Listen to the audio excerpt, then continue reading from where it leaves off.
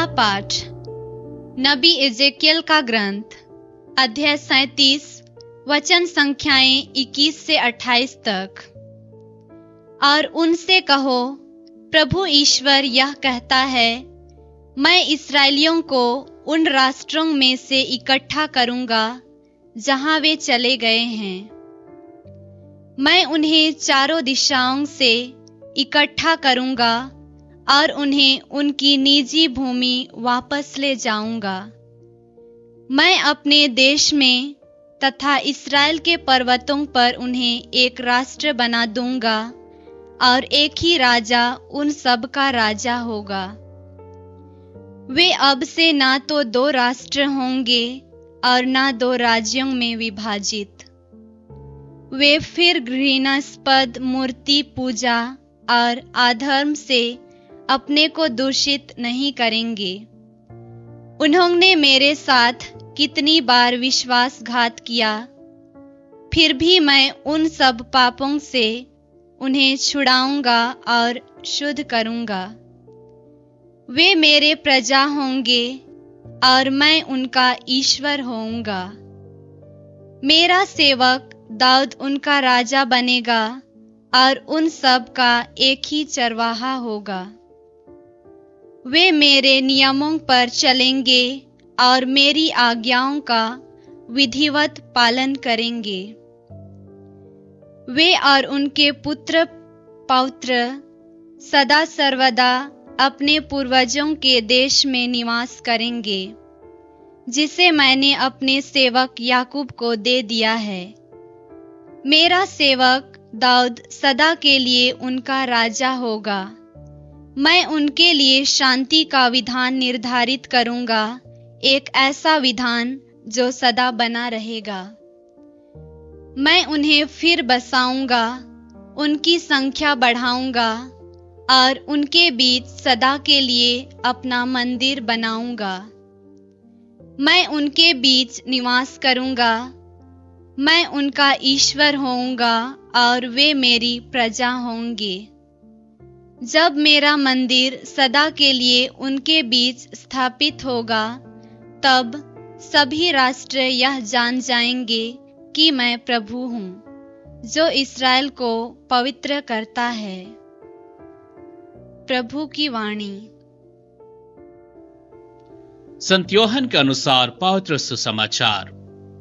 जो यहूदी मरियम से मिलने आए थे और जिन्होंने ईसा का यह चमत्कार देखा, उनमें से बहुतों ने उनमें विश्वास किया। परंतु उनमें से कुछ लोगों ने फरीसियों के पास जाकर बताया कि ईसा ने क्या किया था। तब महायाजकों और फरीसियों ने महासभा बुलाकर कहा, हम क्या करें? वह मनुष्य बहुत से चमत्कार दिखा रहा है।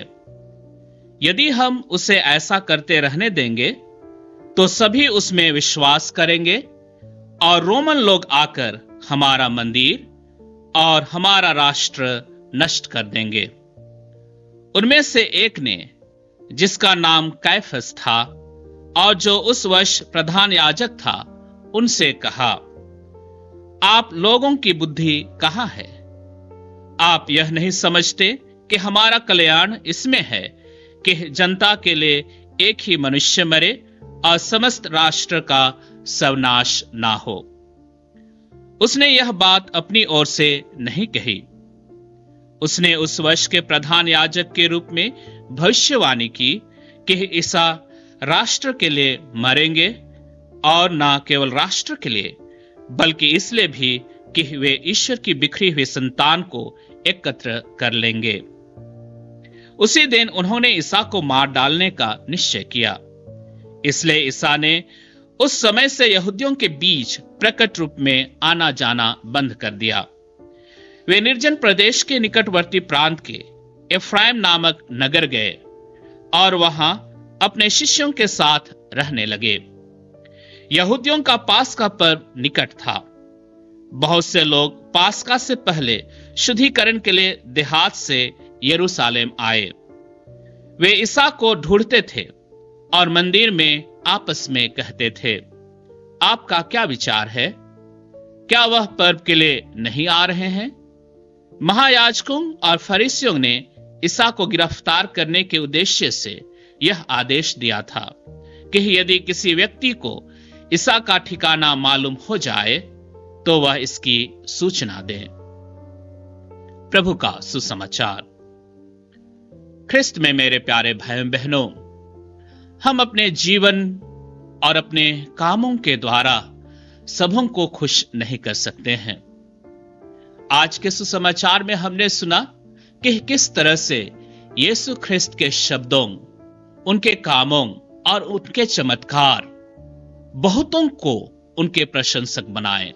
बहुतों ने उनका अनुकरण किया, लेकिन बहुतों ने उनका विरोध किया, उनसे ईर्ष्या की, यहां तक कि उन्हें मार डालने के लिए सोचा।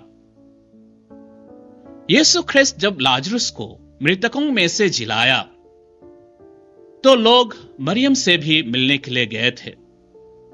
उन्होंने देखा कि लाजरुस को जीवन देने से बहुतों ने यीशु ख्रिस्त पर विश्वास किया और इसलिए महायाजक और फरीसी उससे जलने लगे और उनका विरोध करने लगे।